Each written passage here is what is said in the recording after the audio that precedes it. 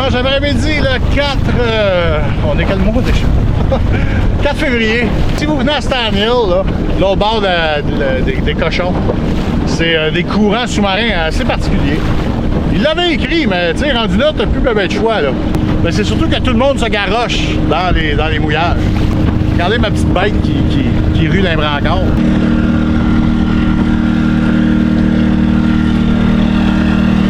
En temps de paix, c'est sûr que je mets mon banc mien.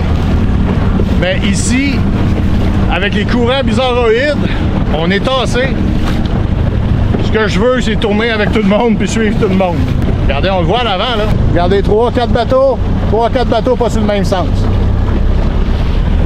Mais j'ai pas ce stress-là chez nous quand il annonce du vent ou qu'il mouille. Ben mal pris pour perdre un petit peu de bardeau sur le toit. En bateau, c'est une chose à considérer. Je vous dis ça pourquoi? Parce que certaines personnes pensent que c'est les vacances tout le temps en bateau. C'est de l'ouvrage, c'est du stress, le stress des autres. Fait que, essayez le bateau avant de tout vendre. Je vous en conjure.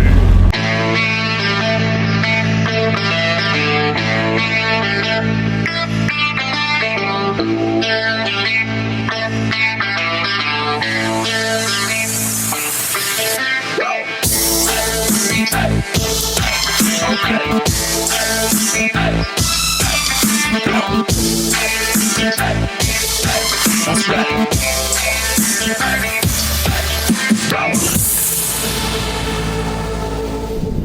5 février. On est toujours à Little Major Spot. Ça se dit drôle, Little Major Spot. 3 heures, le vent va tourner complètement. Ça va venir de là. Puis on en a pour une grosse journée. Comme je vous disais, là, des vents à 25 nœuds. Rafale à 35-40, mais ça a baissé un petit peu. Mais c'est drôle, on sent vraiment la fébrilité, là. Le monde, il se promène, ça se parle. Qu'est-ce que tu penses? Tu penses-tu que... Puis comment t'as mis l'autre train? Puis tout. C'est sûr que quand le gars vient se parker à côté de toi, c'est pas une mauvaise affaire d'y demander, parce que quand tu vas faire les wipers, si le gars, comme moi, l'autre jour, j'en ai vu un clown au monument, il a mis 150 pieds de chaîne. Moi, je n'ai 75 en temps de paix, là, puis on était bien protégé comme ici. Fait que le gars, il a le double de la chaîne. Fait qu'on s'entend, ça prend pas une grande loi de la physique pour voir que les wipers, ils marchent pas pareil. Un bateau pas trop loin en arrière, mais c'est une centaine de pieds, puis on a 100 pieds de chaîne, fait que théoriquement, il se tasse aussi de 100 pieds, ben moi je me tasse en arrière de 100 pieds. Mais ça revient tout le temps à ce que je vous disais l'autre fois. C'est l'attente qui est longue. Tu sais, là, je suis jamais ici, je suis arrivé samedi. Là, on est lundi. Faut que je regarde ma montre, des fois je perds les jours, puis... je me mets le pied dans la bouche avec certaines personnes parce que j'oublie les jours. Fait que tu sais, samedi, dimanche, lundi, mardi, mercredi, c'est jeudi matin que théoriquement on va être en business là, pour même mercredi après-midi, possiblement à 20 nœuds, là, mais le vent va changer de bord, donc moi je vais retourner jusqu'à la grotte à James Bond puis les cochons, parce que les cochons sont juste l'autre bord de là.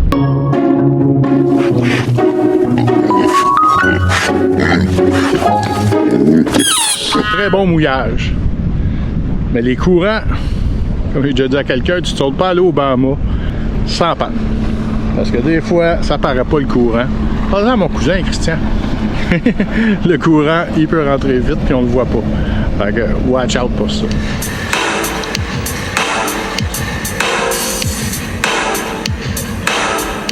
Roberto, io parlo.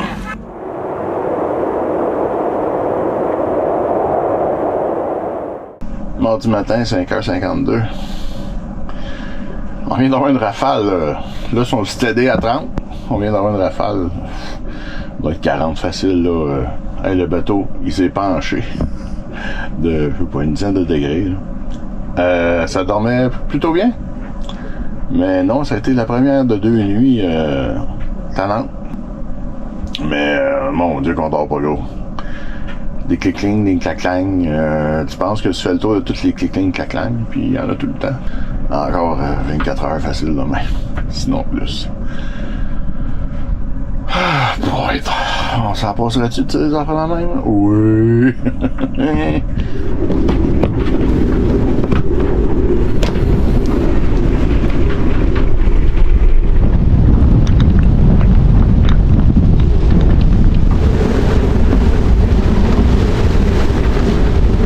Il est 7h50 et puis le vent, la pluie s'en mêle. Là, ça tombe. Ça tombe solide. Là, hier, à 12 nœuds, le bateau en avant de moi, il est allé contre le vent puis s'est rapproché, genre en 45. Ouais, même en 90. T'as ouais. Ben, regardez, je suis en dedans, là, puis je ballotte. J'imagine c'est comme quand t'es dans une petite tente au camping puis qu'ils vendent fort. C'est un peu le même feeling, tu sais. Autant c'est un beau gros bateau, autant ça ballotte, puis tu te sens quand même un peu fragile aux éléments. Surtout en plus qu'on voit pas devant un voilier, hein. Fait que s'il y en a un qui chasse qui s'en vient, là, je vais entendre boing. Ou petaf. Je sais pas si vous entendez, je voulais que vous entendiez. On va aller voir dehors. C'est pas Jojo. Ça tient bien à date, mais ils vendent à m'écorner. C'était prévu. Donc ça a dormi quand même pas pire hier, mais je pense qu'à soir ça dormira pas gros. Parce que ça y va au toast. On est déjà à 25 nœuds. Ça commence tantôt, dans 1 heure à peu près. Oh, je m'en passerais. T'as beau tout faire comme t'es supposé, il y a tout le temps une petite crainte. S'il fallait que. Comme je dis tout seul, la marge de manœuvre est pas grosse. J'avais expliqué à Charles il y a 2 ans, quand, il y a 1 an et demi à peu près sur la Chesapeake, on avait pogné un gros grain puis il trippait pas le Charles là.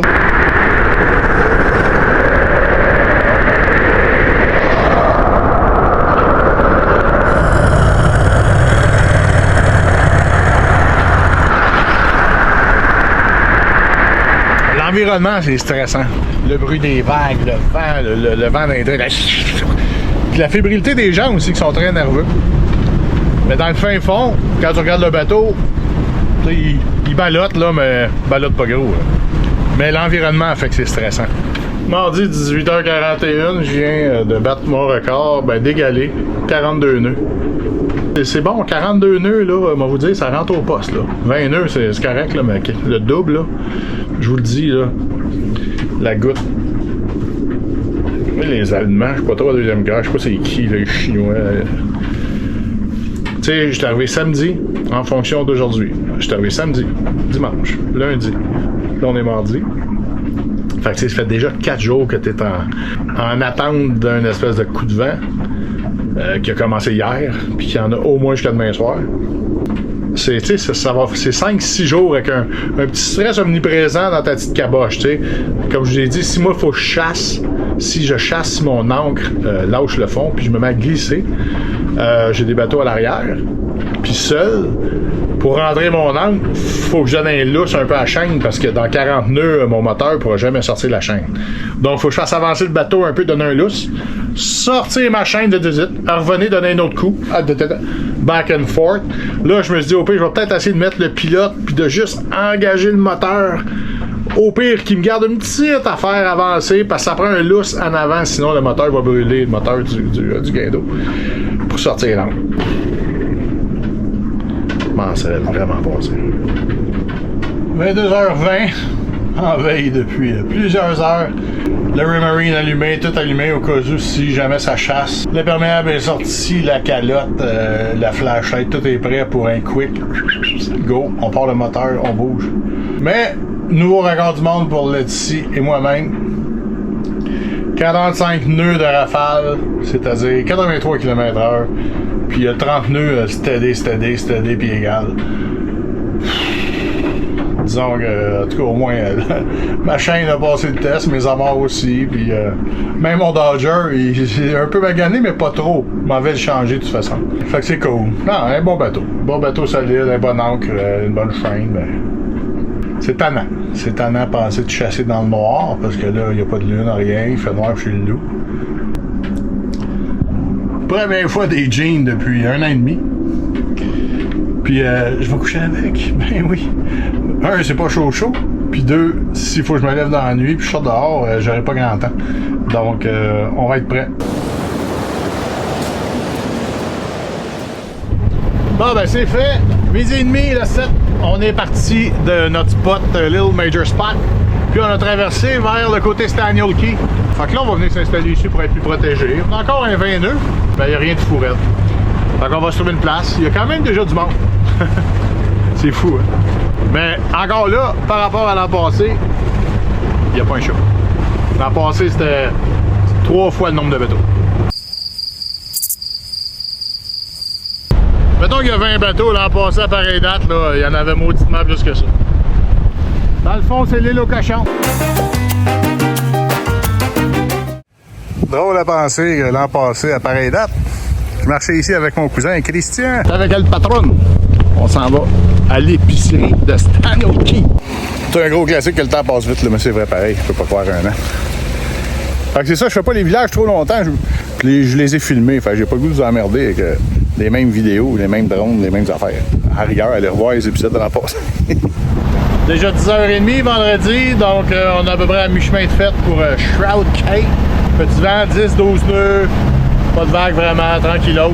Parce que là, on est sur le côté du banc. On dit, de l'autre côté, c'est l'Atlantique, mais ce côté-ci, il appelle ça le côté du banc.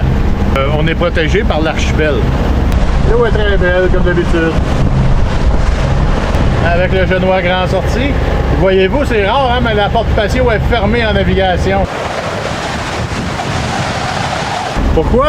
Parce qu'on gèle, bâton. Et là, il y a encore, là, je suis pas au soleil, là. Fait que pas de soleil, là, on va vous dire, j'ai 2 épaisseurs de chandail. Pas sûr qu'on va pas aller me mettre des culottes en plus. Pas drôle, hein? Bahamas. Bahamas. Bon, comme dirait l'autre, 13h l'après-midi, arrivé à Shroud Cay, mouillé. Quinzaine de bateaux, peut-être. Dans 8 pieds d'eau, c'est merveilleux. Si je chasse ici, là, ça va pas bien. Dans du beau sable blanc bien mouillé, il y a ça de le fun à Shroud Cay, c'est solide. Il y a même des moorings s'il y a des insécures. Là.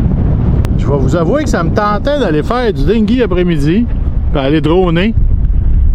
Mais là, avec le vent qu'il y a là,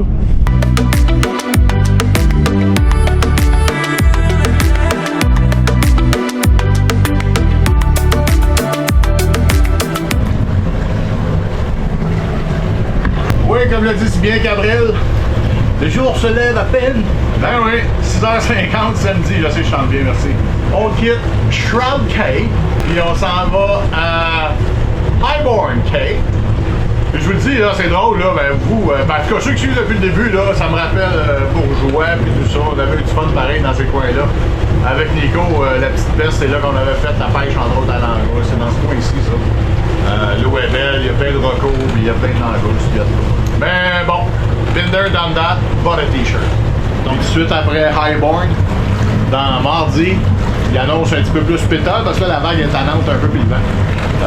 Fait que, straight à Paul Island, à côté de Nassau. On va pouvoir aller à Nassau en dinghy, acheter d'autres produits de nettoyage, de ça, du vin blanc, puis c'est ça.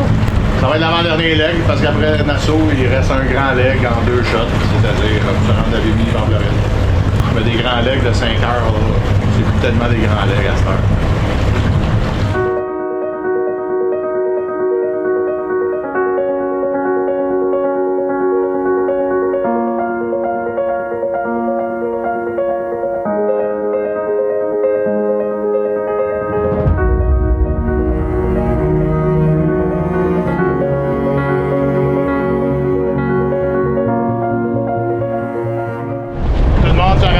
Les règles de navigation. Petite règle bien niaiseuse, mais des fois vous le savez pas. Lui il arrive sur mon bâbord. Donc qu'est-ce qu'il voit? Il voit ma lumière rouge. Quand t'es en char, la lumière rouge, tu fais quoi? Tu pareil. S'il est arrivé de l'autre côté, qu'est-ce qu'il aurait vu? Il aurait vu ma lumière droite, ma lumière verte. Lumière verte, ben, tu y vas. C'est aussi léger que ça, mais c'est un petit truc bien facile. Il passe juste à côté. Mais pas sûr que c'est parce qu'il connaît les règles. Je pense que c'est le timing. C'est quand même particulier que tu passes proche des abordages quand tu es en mer de même. Il faut vraiment que le monde prenne les mêmes trails. Parce que là, il est passé. Avec la GoPro, l'effet de distance, c'est bizarre des fois. Là, mais peut-être à 300 pieds pareil. Là. Je pense qu'il a changé son cap. Je pense. Donc, à peu près 3 heures plus tard, on est finalement rendu au mouillage de Highbourne. Ce qui est le fun à Highbourne, c'est qu'il y a un mouillage côté ouest, puis il y a un mouillage, un genre de V, protégé du nord. Non, protégé de l'est et du sud. Et de l'ouest. C'est là que je suis. C'est pas beau.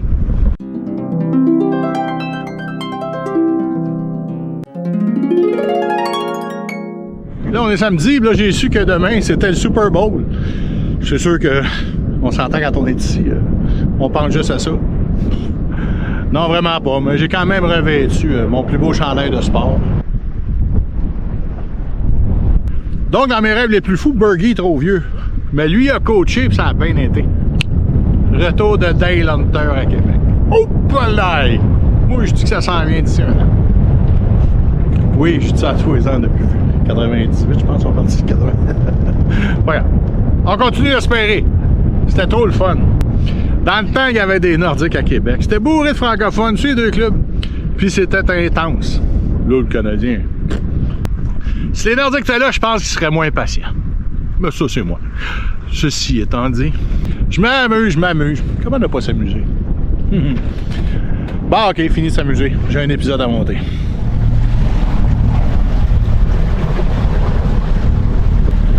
Ouais, c'est ce matin, dimanche le 11 février, qu'on décolle pour Nassau. Je viens de quitter l'île préférée des mécaniciens, c'est-à-dire Allen Key, en route pour Nassau.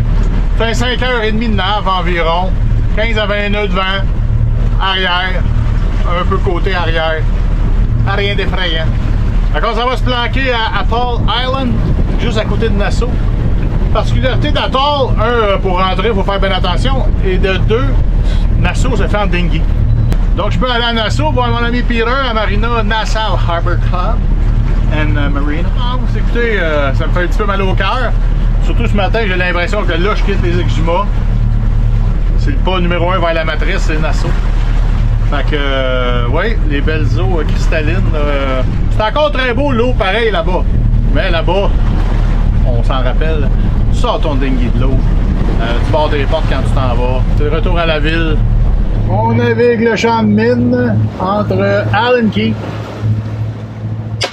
et Nassau. Théoriquement, on l'éclaire. Il va-tu prendre une chance?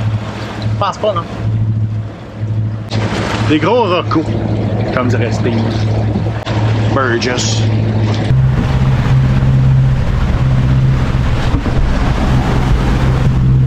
Super gros train. Enfin arrivé à Atoll Island. C'est vraiment un pèlerinage que je fais. Je vois plein de waypoints sur mon téléphone puis dans mon Raymarine. Pour mes mouillages de l'an passé.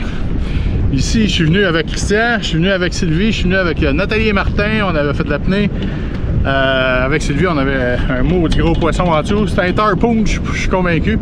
On pensait que c'était un barracuda, mais ça se ressemble des bouts. En tout cas, dans l'eau, ça se ressemble vite. Avec Mirka et Martin, on était allés là aussi. Le petit bar flottant qui ferme à 6h le soir, genre. Fait que, au moins 2 jours ici. Parce que je vais aller voir Peter, qui est à peine quoi, 2-3 km d'ici, en dinghy. Mais à soir, c'est le Super Bowl. Je sors pas du bateau. Mais face à part, ouais, il y a juste 3 bateaux, mais non, je veux rien savoir. Trop lâche, parce que si je vais, je sors mon dinghy, ben je le descends. Mais ça veut dire qu'en venant, il faut que je le remonte. Non. Une journée de 6 heures de nave, là, derrière le steering. Là. Derrière la roue, à la barre. Steering. Ouais, fait qu'après une journée de même, non, ça va. Une douche, puis après ça, à soir, je pense que ça va être du rhum. Puis dans 1h30, ben, c'est l'épisode 93, fait que on va aller stand-by à répondre s'il y a des commentaires sur YouTube des fois. C'est cela, la vie est dure.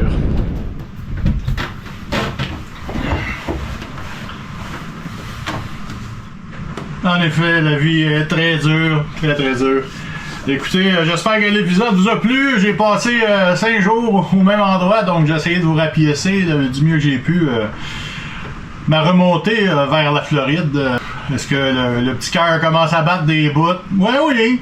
C'est pas facile penser à terminer ce projet-là. Mais bon, ça fait partie de la game. Puis bon, je suis convaincu que c'est ce qu'il faut que je fasse là, parce que je suis vraiment dû pour des petites vacances. Le pèlerinage a ramené tellement de beaux souvenirs, en tout cas. Ceux qui ont suivi depuis le début, peut-être que ça vous a rappelé aussi de beaux souvenirs, en tout cas, j'espère bien. go nettoyer. Vous pouvez voir en arrière, c'est pas parce que ça traîne tous des produits de nettoyage, parce que le bateau, il va être neuf quand je vais le vendre. Donc j'espère que l'épisode vous a plu.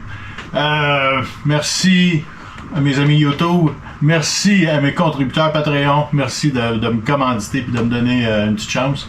Pour le reste, ben, il reste quand même plusieurs épisodes. On va passer à travers de la mise en vente, comment est-ce qu'on s'y prend, de la vente. On va tout faire, je vous le dis, là, je vous amène jusqu'au porch, là, jusqu'aux escaliers chez nous.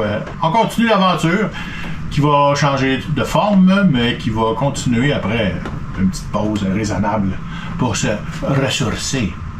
Écoutez, sur ce, ben, je vous souhaite une belle semaine. Soyez prudents. Bon vin. Ciao.